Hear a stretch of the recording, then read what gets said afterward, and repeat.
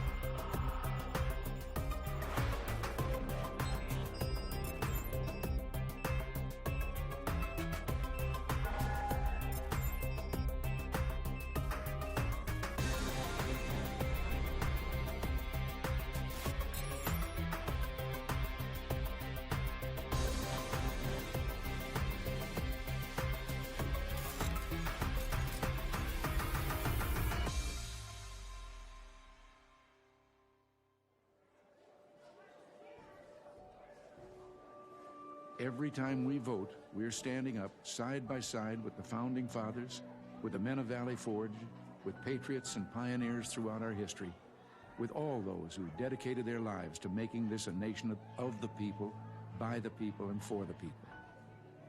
Elections are the lifeblood of our democracy. They are the mechanism by which the American people choose who is going to rule on their behalf and for their interests and welfare. Without elections, there would be no way for the American people, for us, to exercise our legitimate sway on the future direction of this country.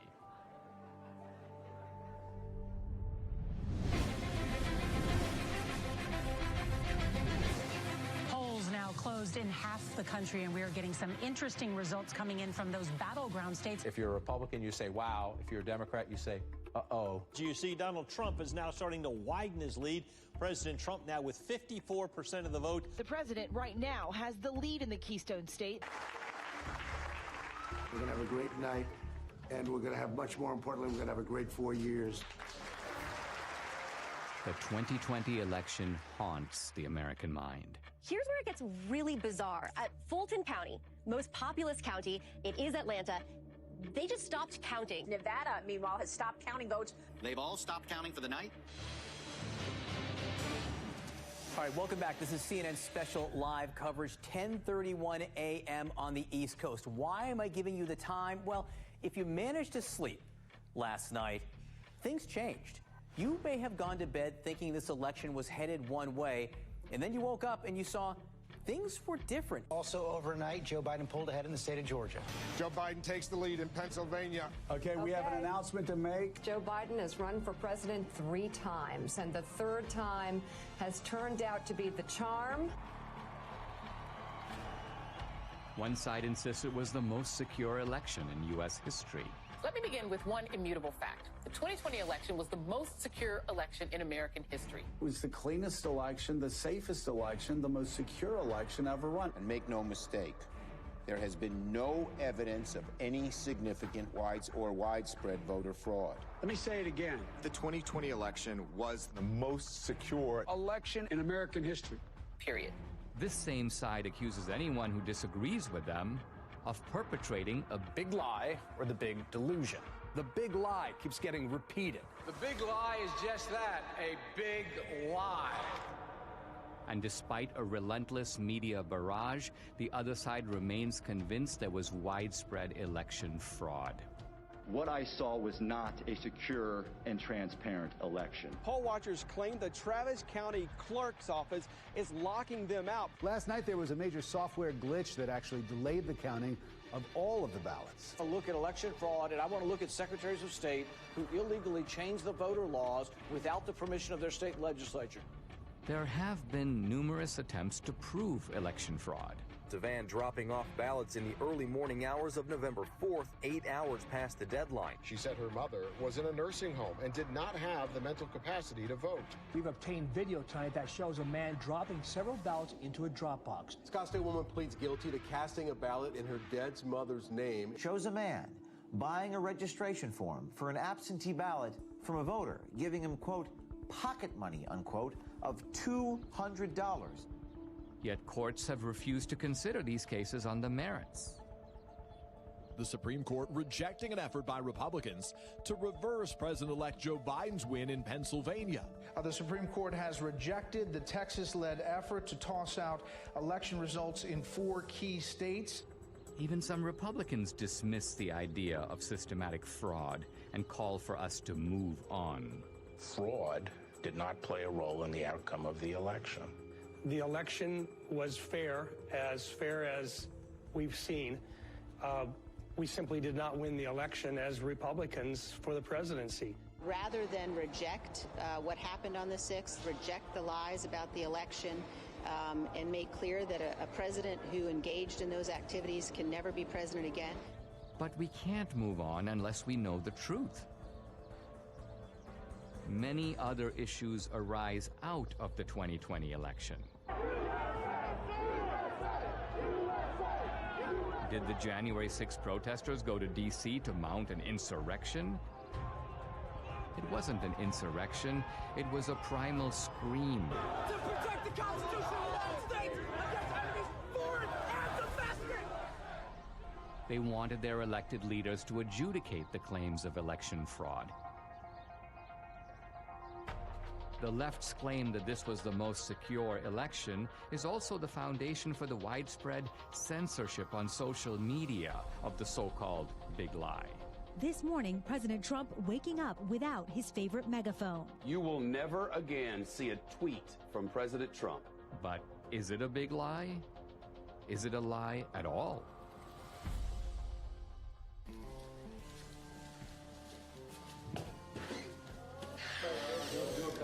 Yeah.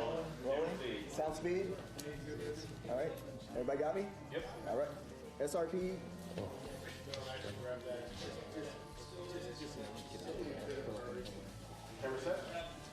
Ready? Set. Hey, I'm Dinesh D'Souza, and this is Season 1, Episode 1 of my new podcast. I started my podcast in early 2021 to speak the truth. But by simply asking questions about election fraud, you get booted from YouTube and Facebook. My podcast is sponsored by Salem Media, and I knew that other Salem hosts felt my frustration. Larry Elder, Dennis Prager, Eric Metaxas, Sebastian Gorka, Charlie Kirk.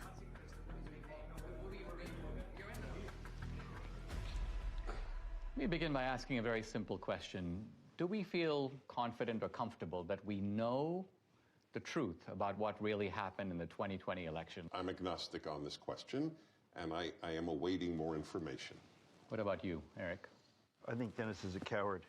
I think, no, honestly, it's almost funny to me you say you're agnostic. And I think most Americans know that we don't know what happened and are not okay with that, by the way. I'm supposed to believe that a man who didn't campaign or campaign from his basement got more votes than the first black president in America. I don't believe it. Charlie? We have crumbs. We have some evidence here and there, but the picture is far from complete. Larry, in your race, you were asked straight out, right? Do you believe that the 2020 election was stolen? What was your answer, and do you abide by that answer as of right now? My answer was that Donald Trump is in Mar-a-Lago, and Joe Biden is in 1600 Pennsylvania Avenue. The lawsuits did not succeed. Do I believe there was shenanigans? Do I believe there were irregularities?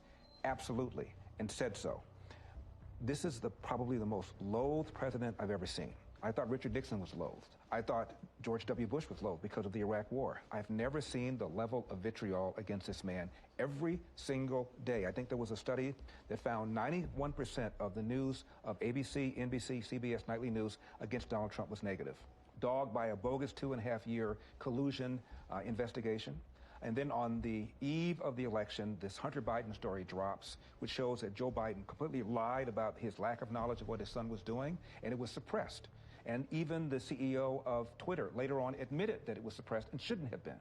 That alone would have altered the election. You add all that up, my point is, this man is so loathed, I wouldn't put it past the Democrats to do virtually anything to make sure he doesn't get another 4 years. If I believed the president were a Nazi, I might steal an election. If we were Germans in the 1930s, we'd steal the election from Hitler if we could. If I'm that indoctrinated, of course I can justify it. I think it was Jane Fonda who said that COVID was God's gift to the left, right?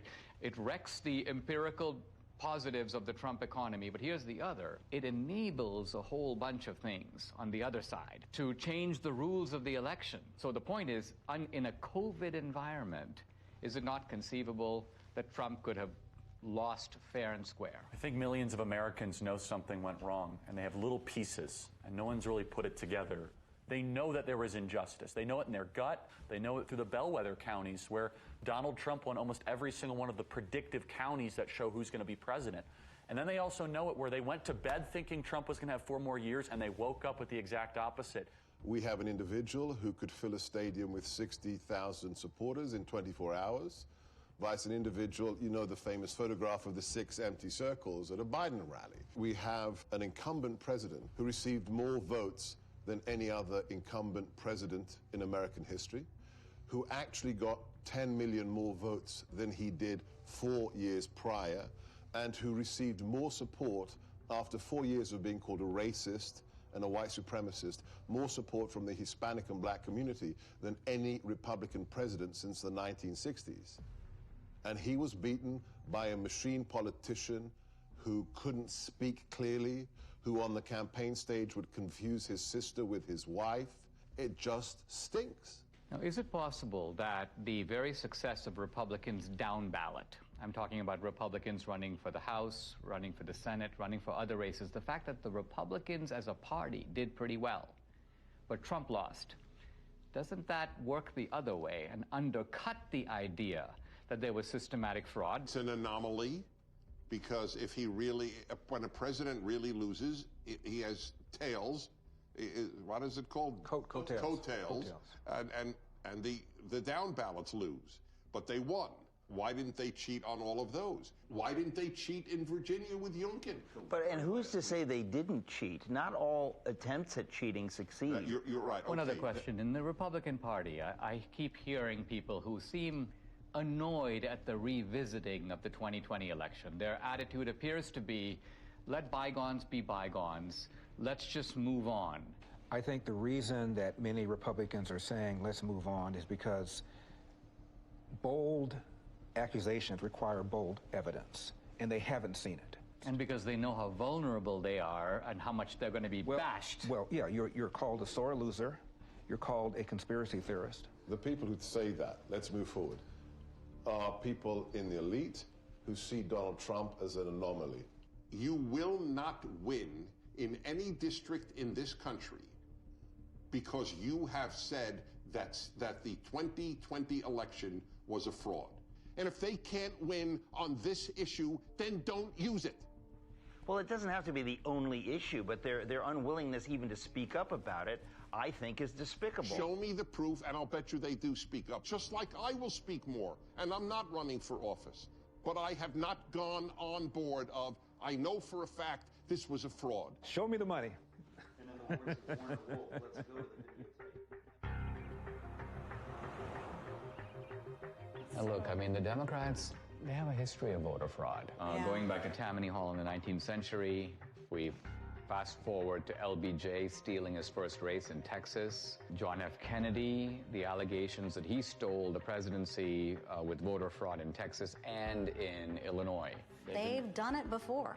I mean, you can have someone who has a criminal record and they're fully capable of robbing a bank, but did they rob the bank? Well, it looks like it. What does our friend Catherine think about all this? Catherine's been a little quiet, but I think that means that they're working on something. I think that you should give her a call and see what she thinks. Hi, I'm Catherine Engelbrecht, founder and president of True the Vote. Hey, Dinesh, how are you? Hey, I'm doing fine. Hey, listen, I'm here with Debbie. Hey, Catherine. Hey, Debbie. You know how crazy it is out there. Have you guys been digging into this whole issue of voter fraud? Well, we have been working on something big. It's probably best we don't discuss it over the phone, but can we meet?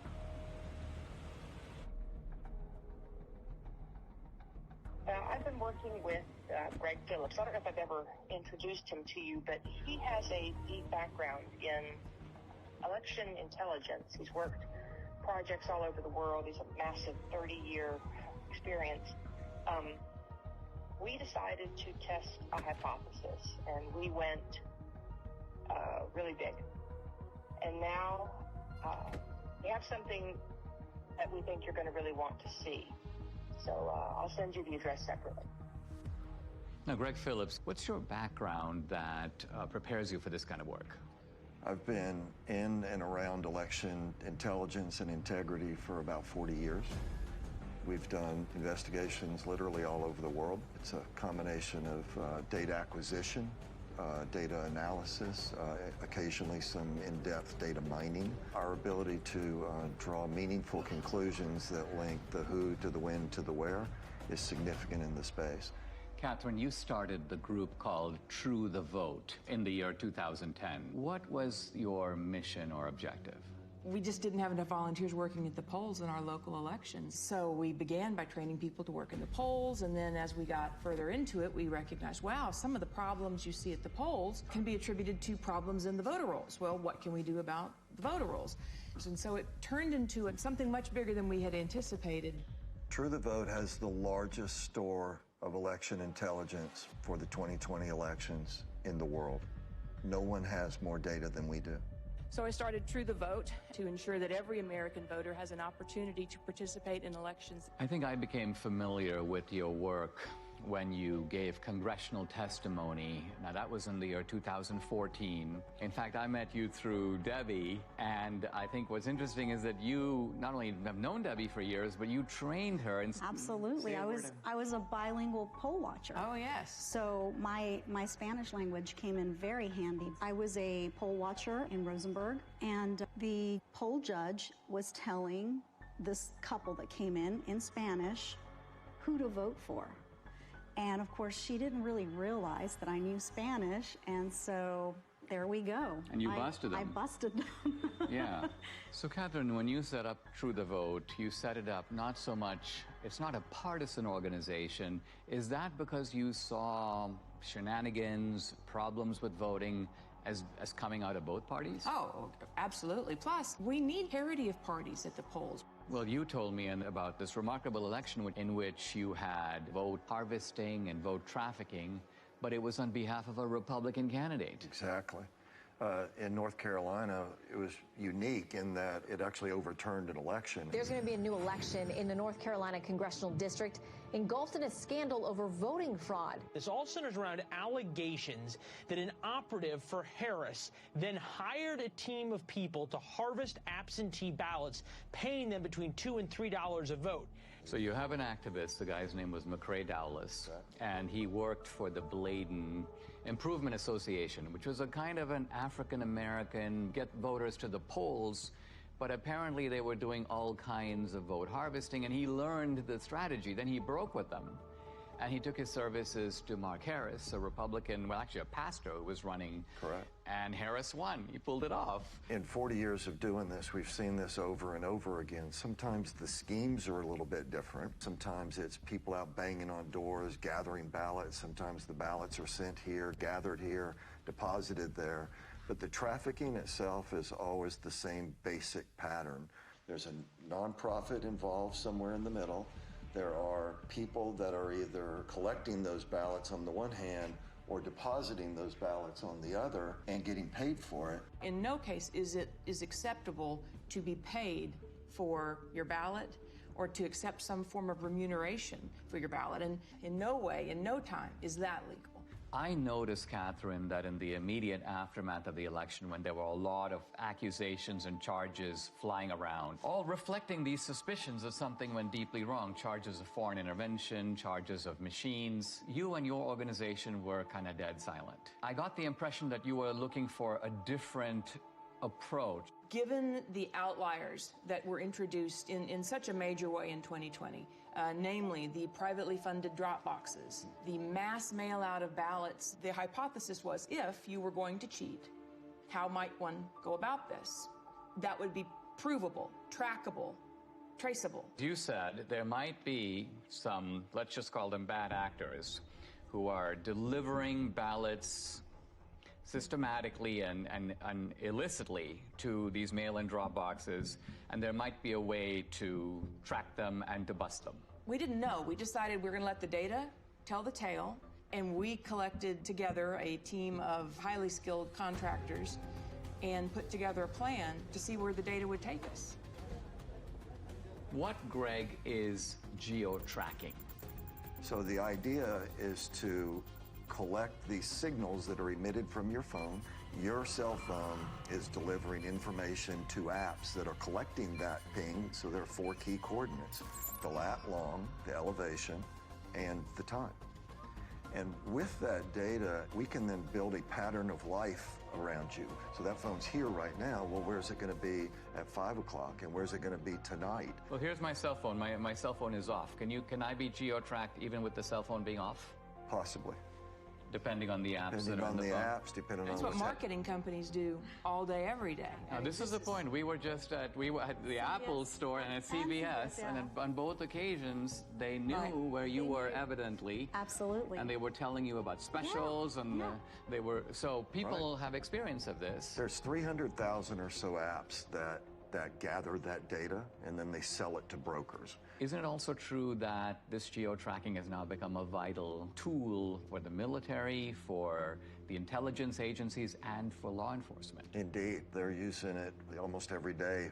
I'll say that there's no question amongst anyone that I know in the community that many, if not all, of the people that were involved in the situation at the Capitol on January 6th were being tracked previous to January 6th, because they already knew what their pattern of life was. They already knew who to look at.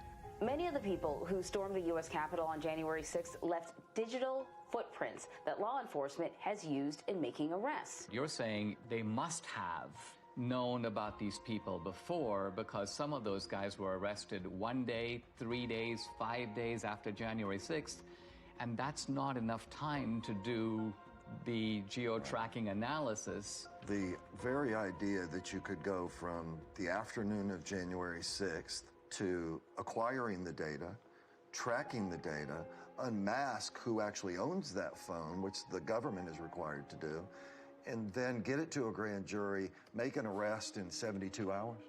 Impossible. It's not possible. They had to have been tracking the people in advance. But the fact of the matter is, these techniques are used every single day by law enforcement, the intelligence community, the Department of Defense. Was geo-tracking part of the way that the CIA was able to identify bin Laden? It certainly played a role. It's even more sophisticated today than it was when bin Laden was disposed of. More and more apps are participating in this program, if you will. The reliability of geo-tracking is not substantially different from the reliability of a fingerprint or the reliability of DNA. If it identifies your phone, now I could have given my phone to Debbie, but the simple truth of it is my phone was there on this particular date, and there's absolutely no question about that, right? That's correct. Now, you decided to purchase through these brokers that make this information available to companies. They make it available all kinds of places to buy data. Let's talk about the methodology. You identified data in certain places, and by and large you focused on the states where the election was decided. Tell us, what are the areas that you bought data for, and what were you looking for? And what's the time period? October 1st through the election. In Georgia, we actually bought from October 1st through January 6th after the runoff. So we went in, We decided to do the Atlanta metro area because it picks up some rural areas, it picks up some urban areas, it picks up some suburban areas. 309 drop boxes in the area. And we thought, okay, well, this is a pretty good test. We, in essence, sort of fenced around those. Geofencing, so-called. Geofencing. And then we were able to make purchase of data of people that had been near those drop boxes, but also near the organizations. Across the country, we bought 10 trillion signals. When they give you this data that you then have to go through, what does this data look like? Well, it's a massive data transfer. We have more than a petabyte of data. You're talking about transacting hundreds of terabytes, so it's a significant move of data. You have 10 trillion signals, that's a lot of signals. So what was the criterion that you set? Final decision was they had to have been to 10 or more drop boxes, meaning unique visits inside of a space, and 5 or more visits to one or more of these organizations. Those were the outliers. It was such an aberrant pattern. So what you're saying, I mean, it seems to me there's no reason for someone to go to even 2 drop boxes, but you're saying that maybe there's a conceivable reason someone did that. Let's identify a large number of drop boxes and multiple trips, and that way we're going to catch not all the offenders, right, but the worst offenders. The way we would describe it is we want to absolutely ensure that we don't have false positives, meaning including people that should not have been included. We're not in any way saying that this is all there is. We're just saying that based on our criteria that we identified in Atlanta, 242 people that went to an average of 24 drop boxes in 8 organizations during a 2-week period. 242 mules. Now let's pause for a second. What is a mule? When we started the project, we had to figure out how are we going to describe the individuals and the elements involved. And to us, it felt a lot like a cartel. It felt a lot like trafficking. It can be trafficking in drugs, trafficking in humans. In this instance, it's ballot trafficking, and so we began to use that vernacular.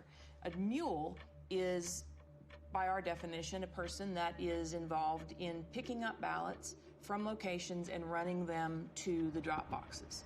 So you have the collectors on the one hand, you have the stash houses, which are the nonprofits, and then you have the mules that are doing the drops. What do we know about them? Who are they? Well, first let me say, this is not grandma out walking her dog. Bad backgrounds, bad reputations. We've had, encounters with several that are, not terribly positive. Violent guys. Can be.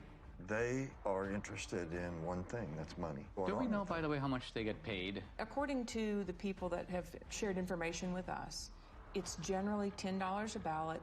In the Georgia runoff, that number was higher. 2020, of course, was the year of the Antifa riots, the BLM riots, and it was all going on in the months and weeks leading up to the election. Right. And so in the data, you have geo-tracking data of the drop boxes, but you also have data on the rioters. There were several different violent BLM Antifa riots in Atlanta. In one of them, we had 36 of our mules participate in these violent riots. There's an organization that tracks the device IDs across all violent protests around the world. We took a look at our 242 mules in Atlanta, and sure enough, dozens and dozens and dozens of our mules show up on the ACLID databases. So again, this is not grandma out walking her dog. These are, violent criminals sometimes. There's not just a criminal element, but there is an ideological element, and that there's an overlap between people. I mean, you're not going to go to an Antifa riot and find it overpopulated with patriots or Christians or Republicans. These are people on generally the far left. And turns out that these are people who also help to make up the mule population. I think that's also borne out in our target organizations themselves. They're not like Republican organizations. These right? are left-wing Democratic organizations, yeah. Let's zoom in here. So the mule is the delivery man. The mule is the delivery woman.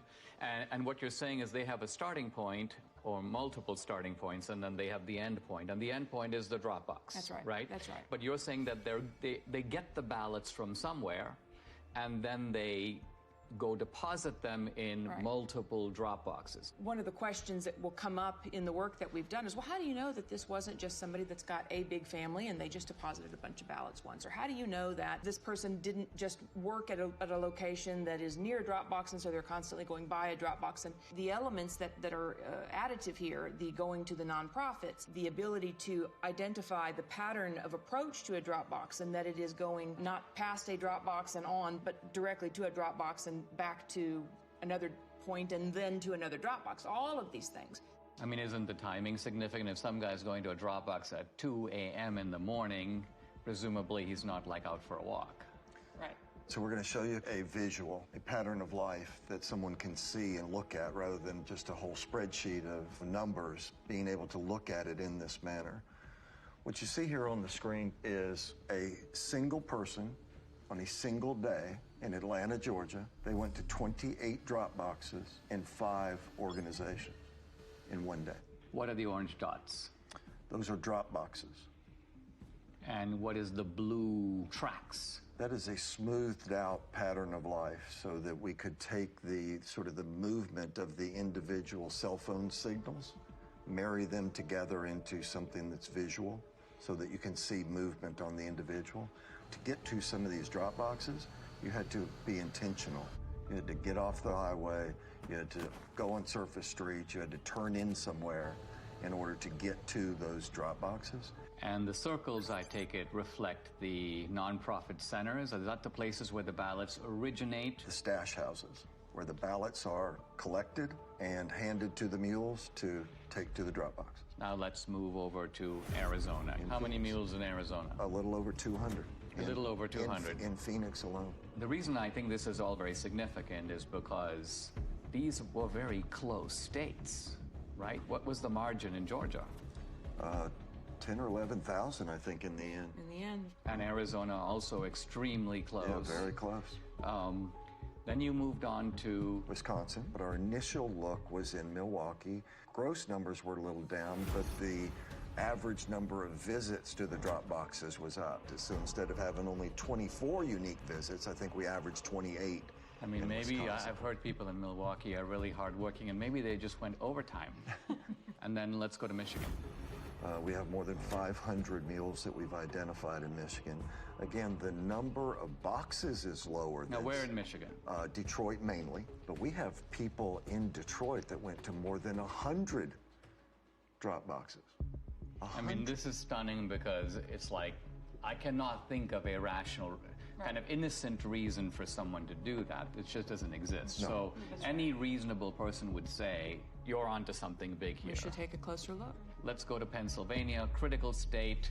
I think it was Pennsylvania that really gave Biden the election. Philadelphia alone, we've identified more than 1,100 mules at rates well beyond anything we'd seen. Closer to 50 drop boxes each. Each guy going to 50 drop boxes? Each. 1,100. We saw people driving back and forth to New Jersey across the bridge. But you're saying the ballots may not even be from Philadelphia or from Pennsylvania. We're saying somebody should investigate. But you're saying that the origin Yeah. point appears to be Jersey. Now, running 1,100 mules times 50, we are at 50,000 drop box visits by the mules alone in Philadelphia or greater Philadelphia area. Now, as you were assessing this data, you had, the two of you, and I'm not sure which of you came up with this, a genius idea in my view. It was your, of course, of course, who else? Well, to validate your data. We chose to look at 2 murders that were ebbing on cold case status. And in Atlanta, 8-year-old Secoria Turner was killed by rounds of gunfire shot into a car. It happened just outside this Wendy's parking lot. Bought the data and the team got to work. You could see visually that there were only a handful of unique devices that could possibly have pulled the trigger. So this is the area, and this is where the Wendy's was. And are you saying that each green dot is the same guy, but moving through time? Each color is one person. The shooting actually occurred right here in this parking lot, sort of inside of this circle are really the only potentially legitimate shooters. Each of these devices has a unique device ID, and we turned the bulk of this information over to the Federal Bureau of Investigation. Now, I read, they've arrested 2 suspects. They have. 2 suspected gang members will appear in court this morning on charges that include the shooting death of 8-year-old Secoria Turner. And isn't it true that this tracking, these movements, this parallels exactly the work you're doing with the mules? Exactly. It's one thing to have the scientific evidence, which is persuasive on its own merits, but do you have video evidence? We do. How much of it do you have? 4 million minutes of surveillance video around the country. Official surveillance video of these mail-in drop boxes? Yes. How do you get it? You can file for open records requests. Any citizen can do this. It was a very difficult series of steps that had to be followed to procure the actual surveillance video. Do you have video in Georgia? We do. Is it video from the presidential election, the runoff election, or both? Both. Do you have video from other states? Some video from Arizona. We have recently learned video was specifically turned off on particular drop boxes. In which state? Arizona. Wisconsin, it turns out, even though the rules required them to have video. Did they do the video? No, they did not. There should be video on every drop box. Indeed. Given today's kind of cost of technology, it would not have been that hard to do it. And you sent me a screenshot, Catherine, where you were requesting video, and I believe it was the state of Georgia saying this video does not exist and we can't tell you why it doesn't exist. Right, that was in Fulton County. We have correspondence like that from a lot of states. In the absence of video, and that geospatial data is key to decoding, what the greater scheme was. But in the case of what we're going to show you now, what kicks it up a notch is that we have the geospatial data to support the video. Let's talk about some of the videos. So we're going to show you a couple different ones. This particular individual we have in a number of different locations at a number of different times. He's actually a mule. This is the official surveillance video of Georgia. Absolutely. And so as the person pulls up, they don't even bother parking. Of course, it's the middle of the night, so why would they? It gets out, approaches the box. When people walk up with intention to cheat, they look around, they basically walk fairly quickly, they try to stuff them in, they try to get out of there. In this case, he drops a few on the ground, pick them up, stuff them into the box. Then he hustles back and hustles out of there.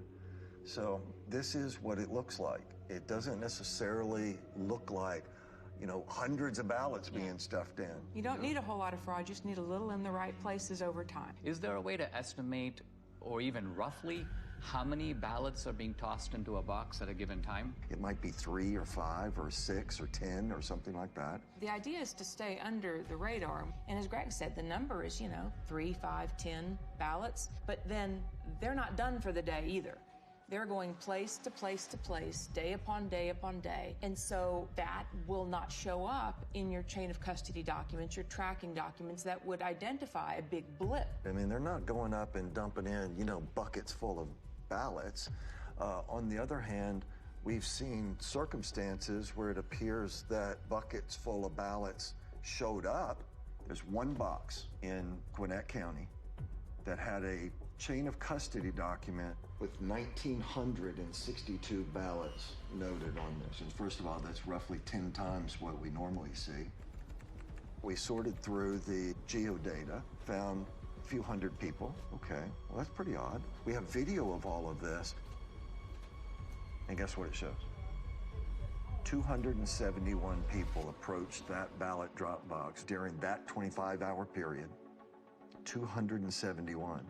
1,962 ballots were deposited. Wow. Here are election officials pulling out of that drop box 2 full duffel bags containing over 1,900 ballots. Let's look at another one. Yeah, let's take a look at... Interesting thing about this person is the device seems to live in South Carolina. So this person isn't even from Georgia. She was here during both election cycles, but is not a resident of the state. But as she approaches the drop box, she never looks at the trash can, right? She's looking the other way. But the other thing she has is she has gloves on. What one of our analysts noticed was these surgical gloves only appeared from December 23rd forward in the runoff. So we didn't see a lot of them previous to December 23rd, and we couldn't figure out why. And then it just dawned on us, well, on December 22nd, there was an indictment handed down in Arizona for people that had stuffed ballots, and the way the FBI nailed them was fingerprints. And then lo and behold, the next day and days forward. So this video is now from the Georgia runoffs. This is January of 21. This particular one is at approximately 1 o'clock in the morning on January the 5th. Stuffs her ballots in there. It's like a small stackish, maybe 3, maybe 4. Takes them off, and then puts them in a trash can that she never looked at. So she knew it was there. She knew it was there, right? And so we have her on a number of locations. She's an out-of-state mule, and then this is in no way the only drop box that she attended. That's right. No, she's goes to dozens and dozens over the course of these 2 elections. Who's next? What you're going to see is he approaches the drop box on his bike. He also has a backpack on. Pulled the ballots out of his backpack. Taking his time. Taking his time, digging around, looking for some ballots. Finally gets that, pulls them out. Okay, now I'm set. And he'll put them in. But you also see him get sort of frustrated as he starts to leave, because guess what? At this point, they had started requiring the mules, apparently, to take pictures of the stuffing of the ballots. It appears that that's how they get paid. So they take a picture, stuff it in, they take a picture, not a selfie, but a picture of the actual ballot going in. But this guy gets frustrated, so he actually has to park his bike, get off. So if you were there just casting your own ballot, what reason in the world would you have to come back and take a picture of the box? And he kneels down. Looking around. Take some pictures. Okay, the next one. Yeah, so let me show you Dog Guy. So Dog Guy, middle of the day, this is actually at a polling place. So the people in line are waiting to go in and vote early. They're doing it the right way. Okay, now you've got some other people going to walk up. This lady doesn't care, but this next guy cares. He's watching the whole thing. The guy looks up, talks to him. Got the ballots under his arm already. Now he's got the rest that he pulled out of the bag. And he's going to get his camera ready to take the pictures as he puts them in there. If you consider the brazenness of this, right? This is the middle of the day. There's people sitting there watching you cheat. People that are doing it the right way. But it's difficult for them to know what to do, except observe and maybe say, what's going on here? What did I just see?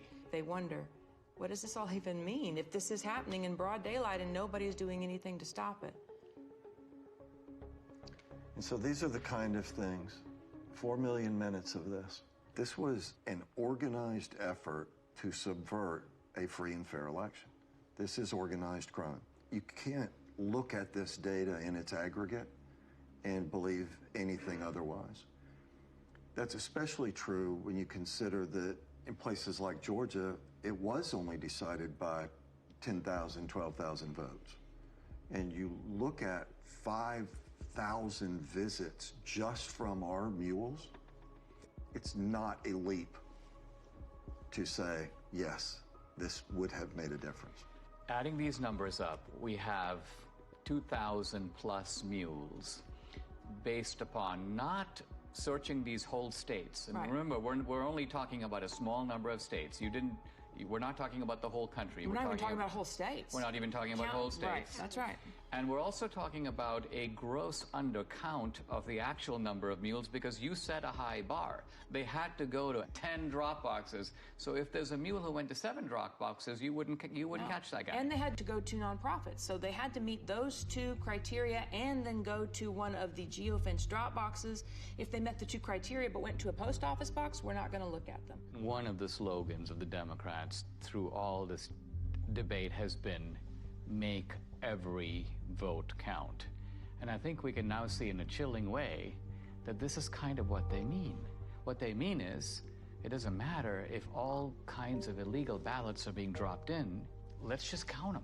Now the narrative needs to be that this is the most secure election. This is the most fabulous election we've ever had. Pay no mind to the millions of Americans that are saying something is not right. This does not make sense. Nothing to see here. Just smile and wave, boys. I mean, wouldn't it be an accurate summary to say that these voter bills that the Democrats are desperate to enact, to federalize the election, isn't it that they want to take all these special provisions that have enabled what we've described, or you've described in the 2020 election, and make it permanent? If we don't wake up and do the hard, roll-up-your-sleeves work that it's going to take to reel this all back together, then yes, all the pieces are in place for our election system to be in permanent lockdown. And it will be done under the watchful eye of a media that will tell you it's all just fine. It seems like they are subverting democracy in the public pretense of protecting it. Absolutely. And it won't stop unless we stop it. If I look across the swath of Republicans, this is not the kind of issue that they seem to be comfortable with. It's almost like they would rather endure. That's right.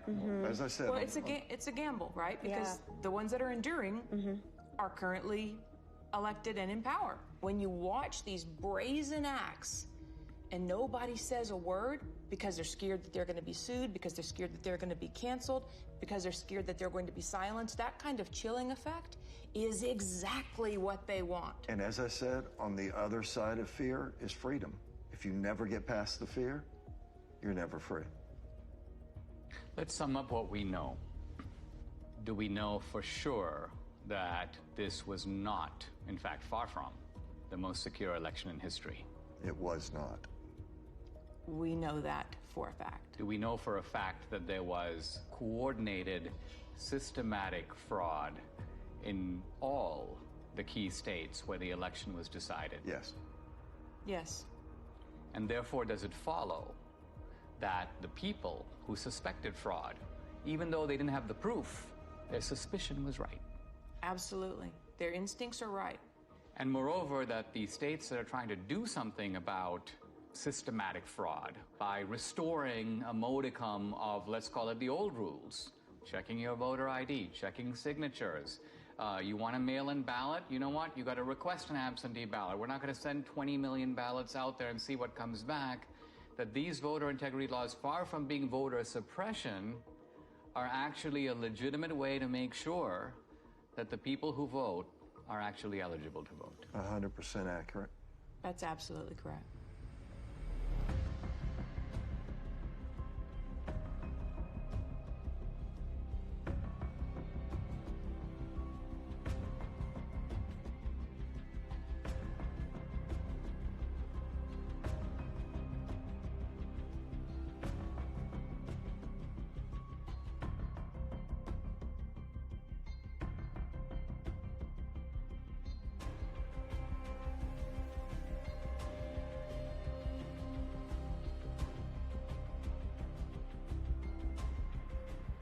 What you are seeing is a crime. These are fraudulent votes.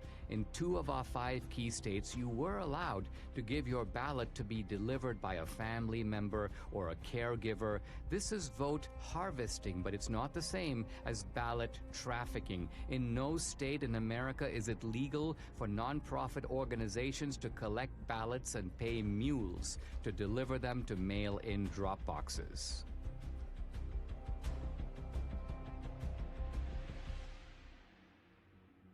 Now we come to the most important question of all. Was the magnitude of vote trafficking in these key swing states enough to tip the balance in the 2020 presidential election? Let's first narrow in on just our 2,000 mules. Their average number of Dropbox visits, 38. Their average number of illegal ballots deposited per visit, 5. That's 380,000 illegal votes. But was this sufficient to put Biden in the White House? To answer that question, we must look at each key state. In Michigan, 500 mules, averaging 50 Dropbox visits and 5 illegal ballots per drop. That's 125,000 illegally trafficked votes, not quite the 154,000 vote difference between Trump and Biden. So Michigan, with its 16 electoral votes, stays in the Biden column.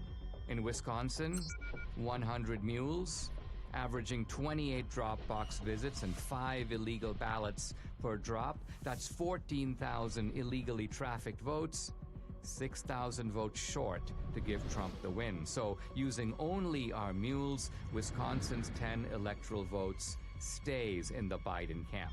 But now we come to Georgia. 250 mules, averaging 24 drop box visits and 5 illegal ballots per drop. That's 30,000 illegally trafficked votes, far more than the 12,000 vote difference between Trump and Biden. So Georgia, with 16 electoral votes, moves over into the Trump column. In Arizona, the numbers are roughly the same. 200 mules, averaging 20 drop box visits and 5 illegal ballots per drop. That's 20,000 illegal votes. Again, these illegal votes are substantially more than the 10,000 vote margin that gave the state's 11 electoral votes to Biden.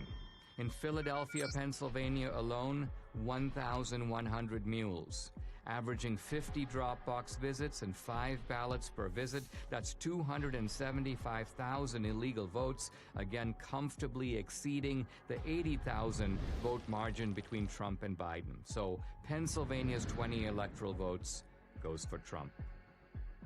Shockingly, even this narrow way of looking at just our 2,000 mules in these swing states gives Trump the win, with 279 electoral votes to Biden's 259. But no one thinks that our 2,000 mules were the only mules trafficking illegal votes. To widen the search, Greg and his team lowered the criterion from 10 or more to 5 or more drop boxes. This revealed a huge upsurge in the number of mules from 2,000 to 54,000. 54,000 mules. Next, they used a very conservative estimate of just 3 ballots per drop box visit.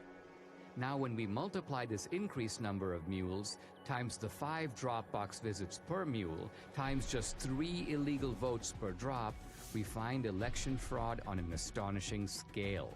In Wisconsin, 83,565 illegal votes were trafficked. In Georgia, 92,670.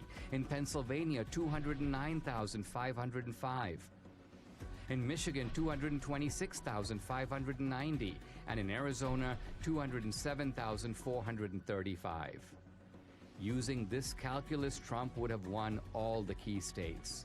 And the final electoral vote, 305 to 233.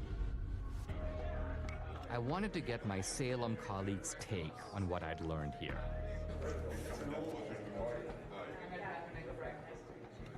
How did you get this video? Is this all surveillance footage? Is this like official status? This is all sorry, this is all acquired through open records. This is the way that we will get into this.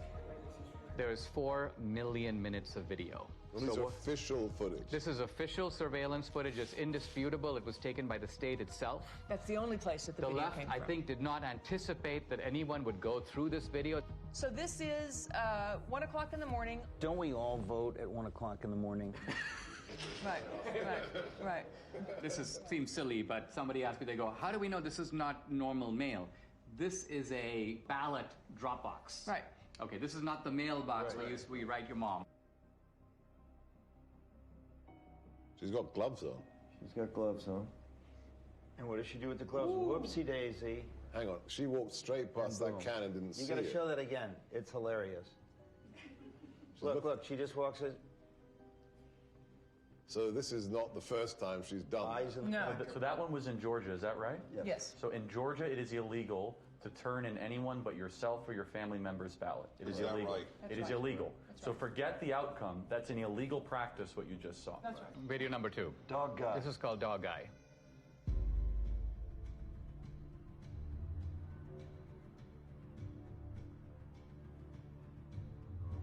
He's taking pictures. Why would you do that? So you get paid. That's business. It's business. What do you suspect if you had actually caught this person at that moment hand me those ballots, and the person did, what do you think you would see? Whose name is on it, in your opinion? Ineligible voters, people that have moved. Would you see legitimate ballots? There's an ambiguity in what you're saying. The ballot itself is legitimate. No, that I... Right, it's not a fake piece of paper. Yes, right. Okay. But again, remember, when you mail in a ballot, you have a security envelope with the signature verification standard that's been all but washed away.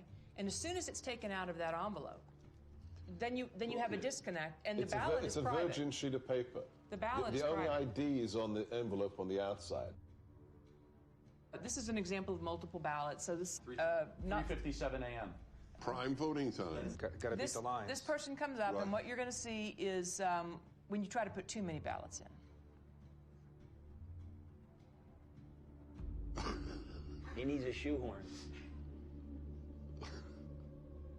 And we have lots of those, where they're just jamming them in and then they fall on the ground.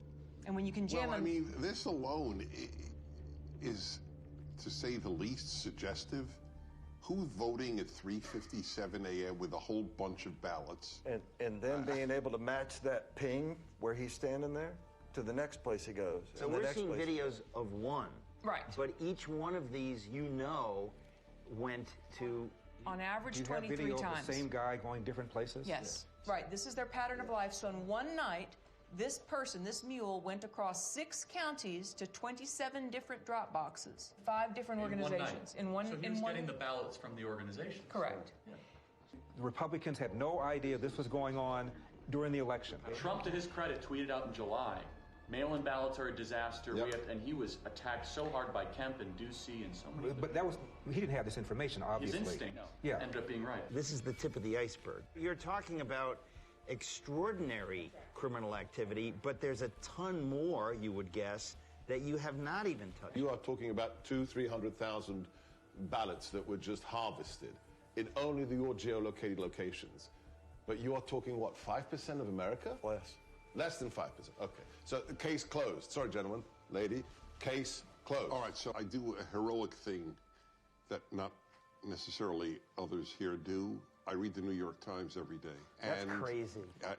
We're sorry for you. It's my martyrdom. They claim all of these places we have found maybe 4, maybe 50 phony ballots. These aren't phony ballots. Right, no okay, so wait, but they're phony, they're phony names. No. There's no name on the ballot, Dennis. Okay, let's say we got access to every single ballot thrown into the ballot boxes. Would we be able to prove this is a fraud? It's the perfect crime because it cannot be curated after it is committed, because the evidence has no connection to the person who was meant to be voting. That's the problem. As soon as it gets taken out of the envelope, the identity of the voter disappears. So the vote from John Doe is from a John Doe who is dead or a John Doe who is moved. Is that correct? Or voted somewhere else. Or voted some... Why is that not provable? There's an easy way to bust it, but it's not the way you think. It's not to go find the ballots in the ballot mix. You can't do that. The way to find it is these guys have the cell phone identification of all the mules, all of them. So law enforcement has to step in at this point, and their next step... What were you doing 7 times? ...is to go interview the mules. Who paid you? Right. Where'd you get the money? Will any state's law enforcement do this? This is a big question. The mules aren't going to fess up. They know they're participating in something that is Well, you've got them on videotape. You've got 2,000 people who are committing felonies. Right. I'd like you to just reflect about what you've learned today and how you're feeling and thinking about it. It's just sickening to me. This is jaw-dropping. What you showed is frightening. Republicans had no clue this was going on. I wondered, were there any Republicans who did know? Investigative journalist Heather Mullins interviews a whistleblower hired by the National Republican Senatorial Committee. I was hired by the NRSC. My job was basically to watch the ballot boxes. And this was for the early voting in Georgia. So that started on December 14th. It ended on the 31st of December. And we would monitor that box from 8 to 8 all day long. So consequently, during those two weeks, I monitored those boxes indiscriminately. I would move around to the different areas in the boxes and watch them 30 minutes here, an hour there. And then I would start to see things where I'd see people walking up with backpacks, and they were unloading large numbers of ballots, stuffing them in the box. Recorded some of that and took pictures of it and dates and times and those things. I spotted plates from Texas, from Colorado, South Carolina, North Carolina. And I just thought that was odd that all these states were coming in and these people would get out and I'd watch them get out and then they'd go up to the ballot and stuff the ballot in the ballot box. I thought that was kind of odd. So, we took pictures of those things. When we took pictures, recorded license plates and those things. And then I uploaded those photographs to a Dropbox. Then when it came to the Georgia runoff, the actual day of the election, which was January 5th, I was up there. It was early in the morning. Now, there were Stacey Abrams people all along the sidewalk up there. How did you know that they were Stacey Abrams people, though? Well, they had those masks on that said vote. Okay. She has one of those things. This was during COVID, right? And they were part of that initiative. I knew that she was part of that initiative that she had going on about get out the vote kind of thing.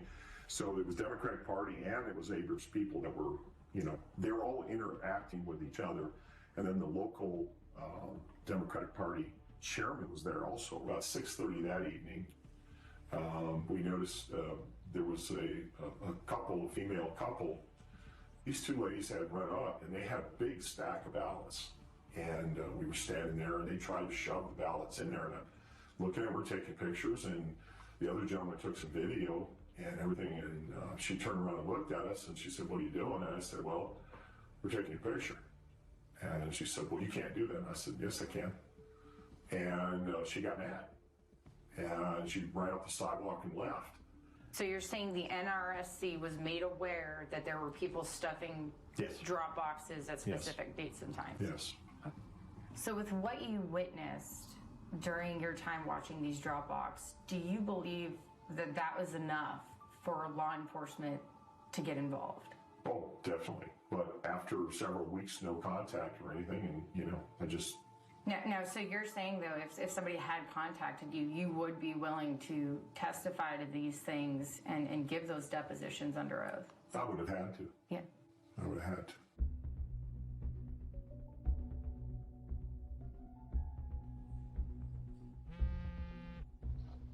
Catherine, hey. Greg just interviewed an informant in Arizona who's now cooperating with authorities. Oh, wow. Okay. Check your email.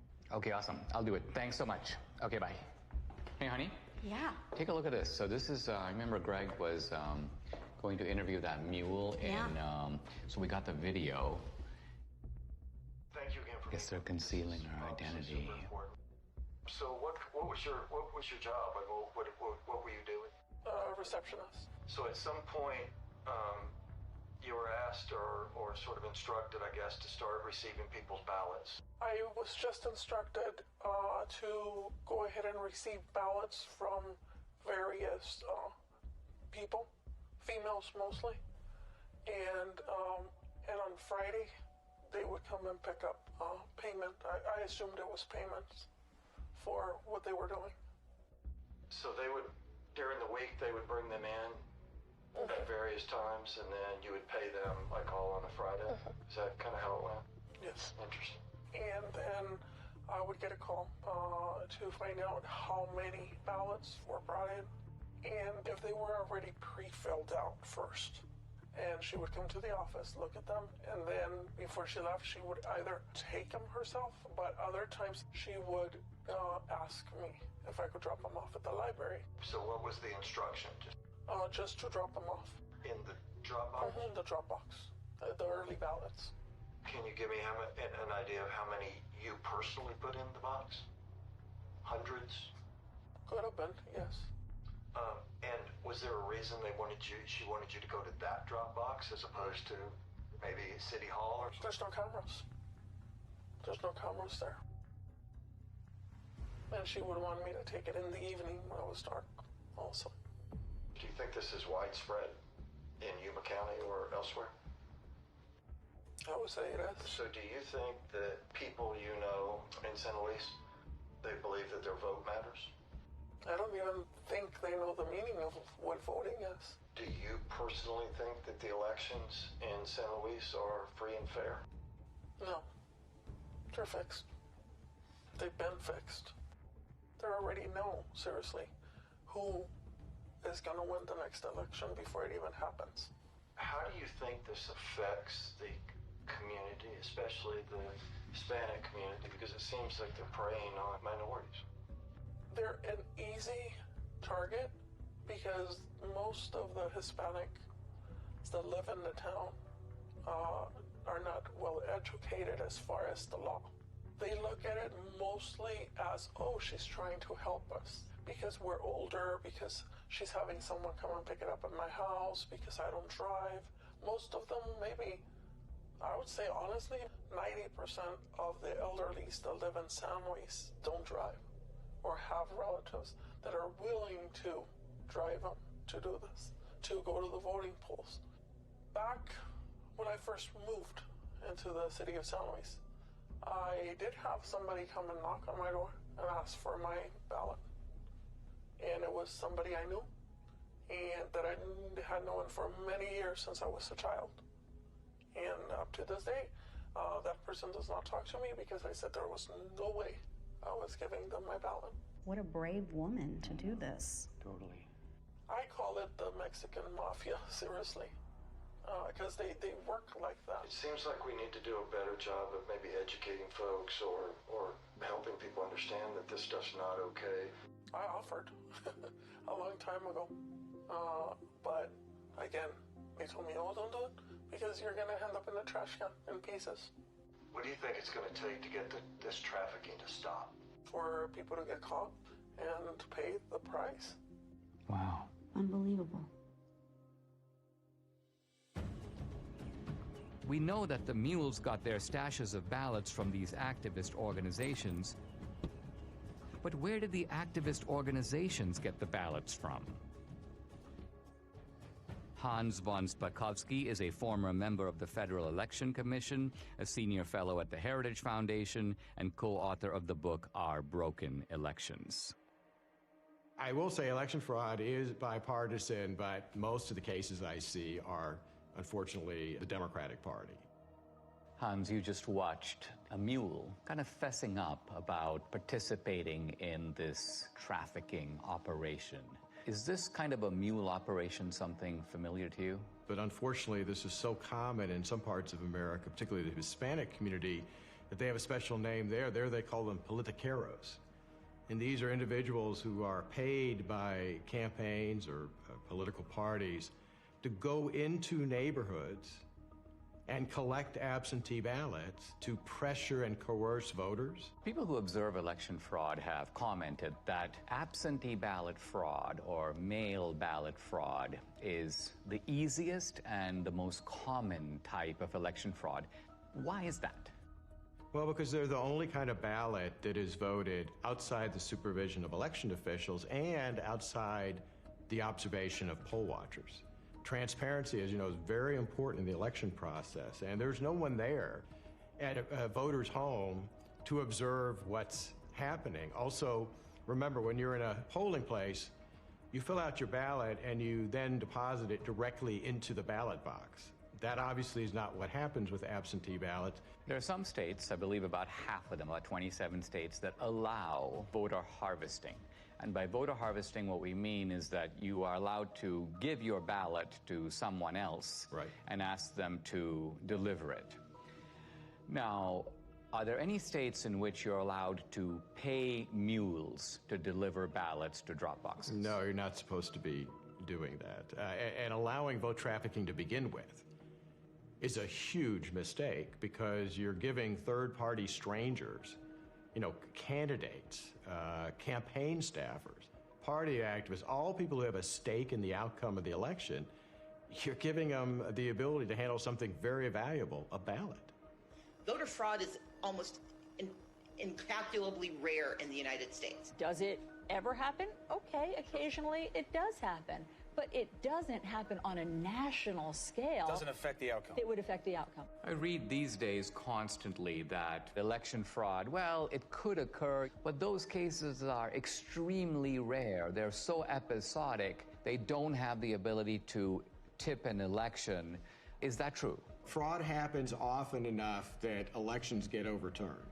I mean, just go back 3 years to 2018 and a congressional race was overturned. I can cite to you another case in Mississippi. It was just overturned by a court because of fraud. Same thing in Florida. But look, that's just the tip of the iceberg. Now, we've shown that you've got these mules who are picking up these ballots at various vote stash houses. Hans, where do these organizations get ballots? Well, to quote Shakespeare, let me count the ways. You know, everything from filling out absentee ballot request forms for voters, but having the ballots sent to them, to actually going to the voters and obtaining the ballots from them, to stealing them out of mailboxes, to actually using high-quality photocopy machines to make their own ballots. Look, these cases unfortunately go on all the time. You can go to 2018, which wasn't that long ago, in North Carolina. Leslie McCrae Dowless is accused of mishandling absentee ballots in North Carolina's 9th District. Dowless would frequently obtain this report from the Board of Elections looking for the date an absentee ballot was mailed and if it had been returned. Ginger Eason, who first told me she was hired to pick up ballots, and Kelly Hendricks, who testified she did the same thing. What would you do with the ballots after you picked them up? Take them straight to the office in Dublin and hand them over to McCrae, and I don't know what happened to him after that. I know there was stacks of them on his desk. There was testimony in the case that his staffers were falsely signing as witnesses on those absentee ballots. Because he had done this before, he actually apparently had signatures of voters from prior elections in his offices. Voter rolls are in notoriously bad shape.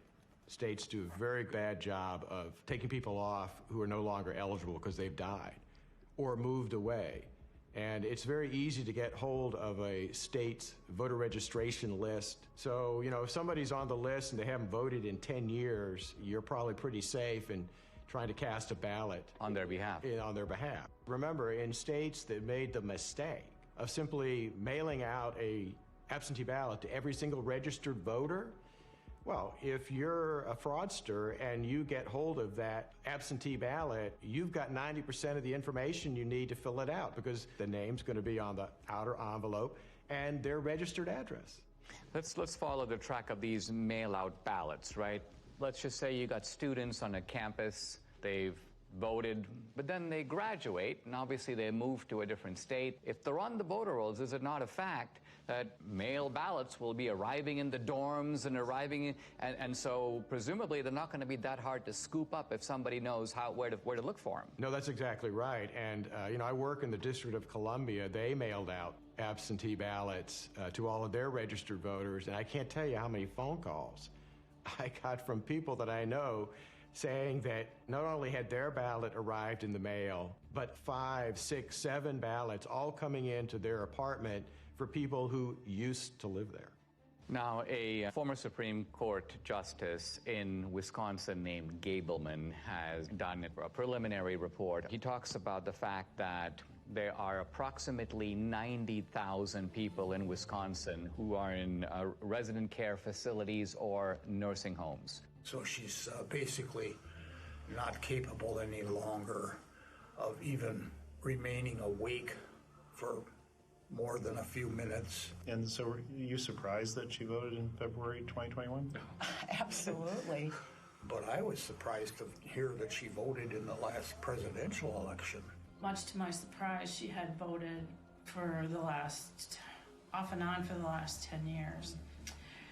I guess in my mind, I thought if you put your parent into a facility because they were incapacitated, they would not even be offered the vote. They make you vote. They make you vote here?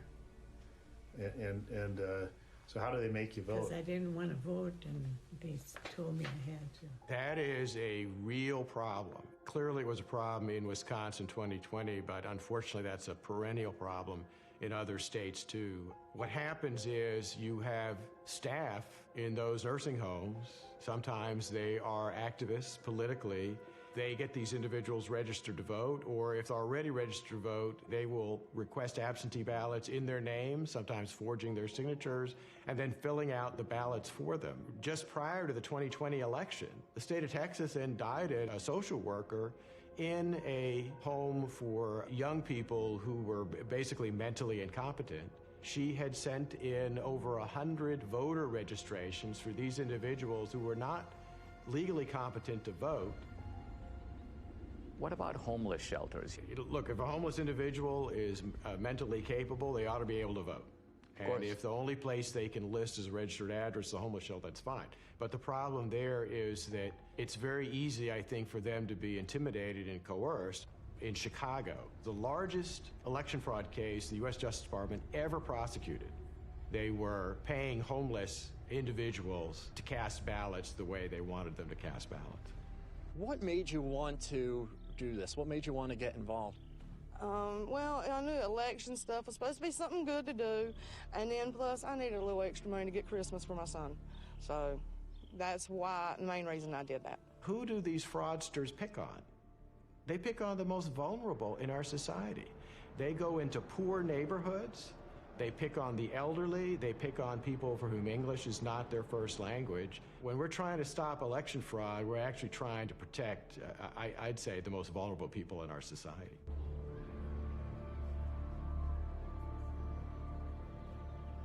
We now know where the ballots could have come from, but to pull off a heist like this on a national scale would take deep pockets. I wanted to find out where the money might have come from. Who could have funded the heist? I met with Scott Walter, an old colleague of mine at the American Enterprise Institute, who is now head of the Capital Research Center.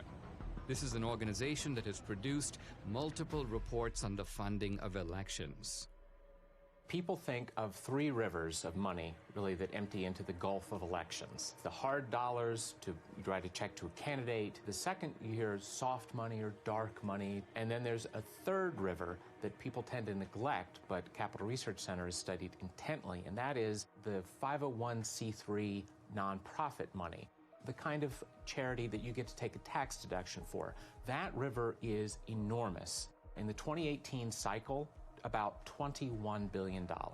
Now, what do the IRS regulations say about the involvement of these nonprofits? By law, these nonprofit charities are forbidden to directly intervene in elections in any way or to help a particular party or candidate. The IRS is emphatic that you cannot intend or even have the effect of helping one party or candidate over the other. Now, let's talk about some of the key elements of this particular network that we're focusing on. We have drop boxes, and those drop boxes are, most people would think, funded entirely by the states. In other words, the drop boxes in Georgia are funded by the state of Georgia, but that's not entirely the case, is it? In the 2020 election, there was an unprecedented hundreds of millions of private dollars going into government election offices. The $470 million or so dollars were sent by Mark Zuckerberg and his wife. We did our part to secure the integrity of the election.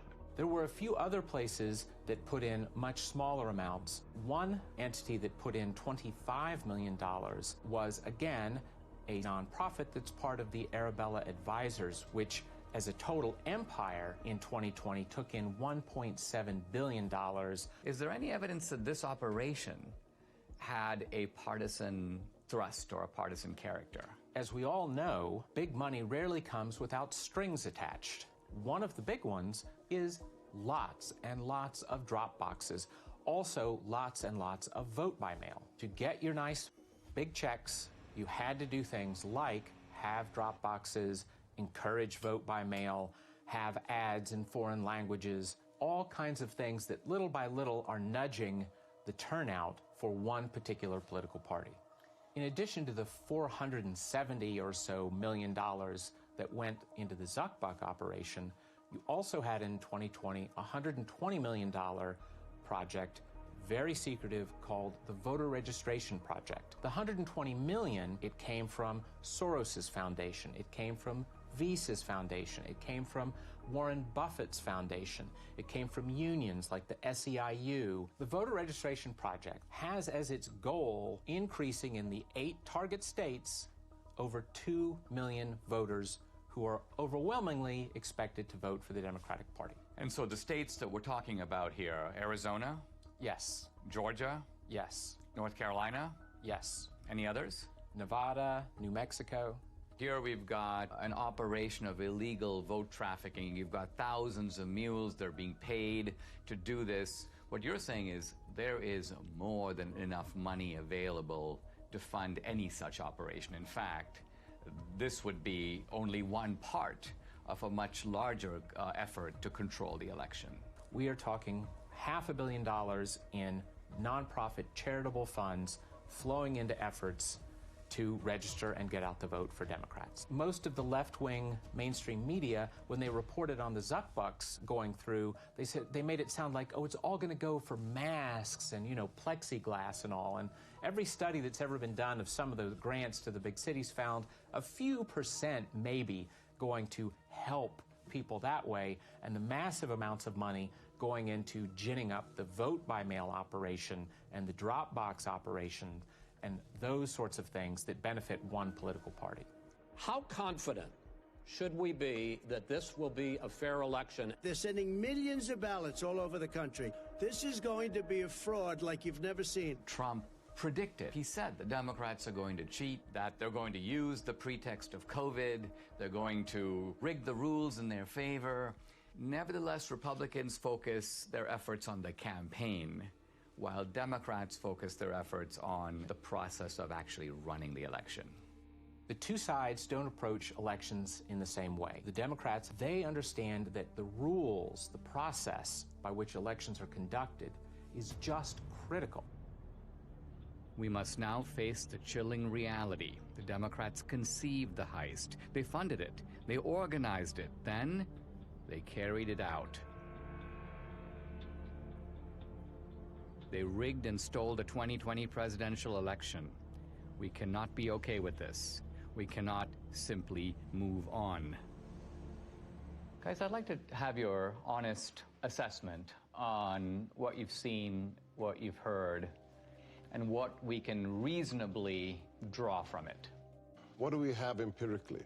We have data, geolocated. We have footage of people harvesting ballots. Do we know who those ballots were for? We can't know who they were for. However, you have to inject common sense.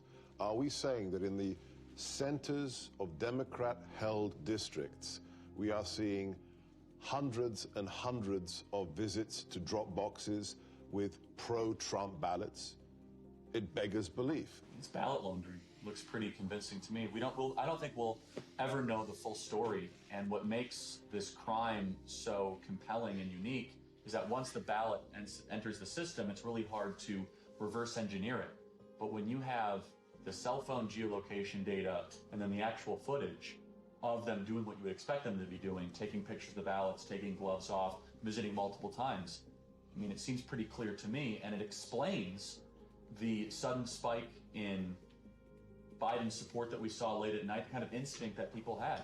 The control of the U.S. Senate went through Georgia with so Chuck Schumer's majority leader, probably because of what we just saw.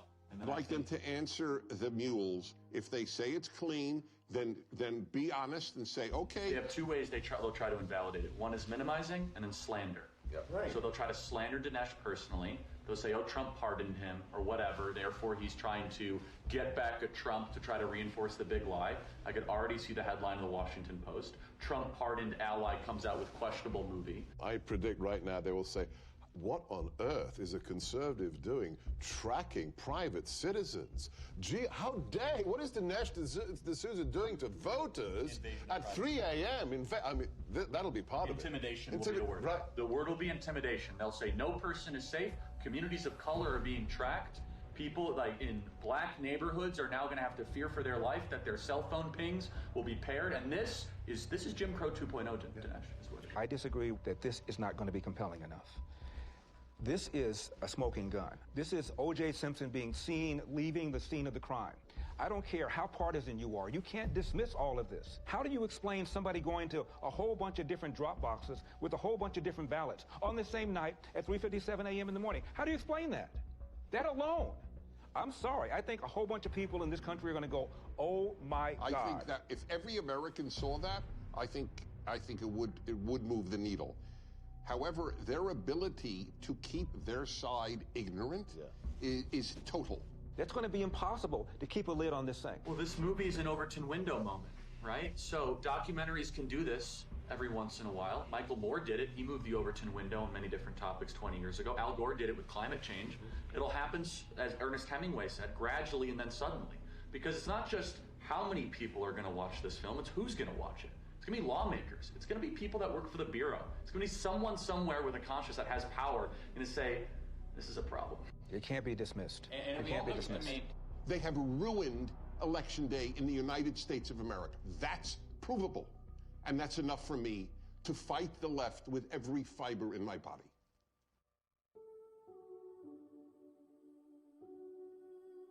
Without free and fair elections, we are not a democracy. We are a nation run by a criminal cartel masquerading as a democracy. Never in U.S. history has a presidential election been as thoroughly corrupted by coordinated fraud across multiple states as we now know took place in 2020. Today, totalitarian regimes camouflage their fake elections with appearance of democracy, but they're not real democracies. We don't want to join them. Our elections must represent the will of American citizens. We who believe in constitutional democracy must be diligent. If we give up, they win. In fact, if enough of us give up, they won't need to cheat anymore. Don't stay home. Get involved. Get out and vote. Do what is necessary to save this great country. The America we love needs us now more than ever.